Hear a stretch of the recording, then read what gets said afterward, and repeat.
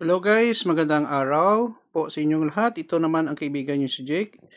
Dito guys, makikita natin na si Senator Raffy Tulfo ay isang senador, public servant na may malasakit sa lahat ng mga tao, especially na po sa mga persons with autism or persons with disability. Isinusulong po ni Senator Raffy, no?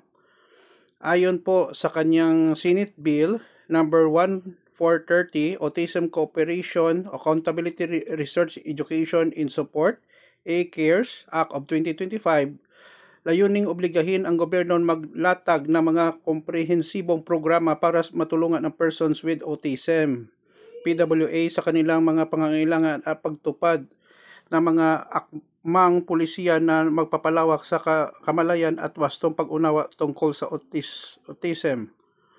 Magandang balita po ito guys, no, para sa lahat. Actually, ang anak ko guys, no, ay may autism din. No, ang anak ko si Jacob, ang panganay kong anak. Thank you very much, Senator Raffy Tulfo.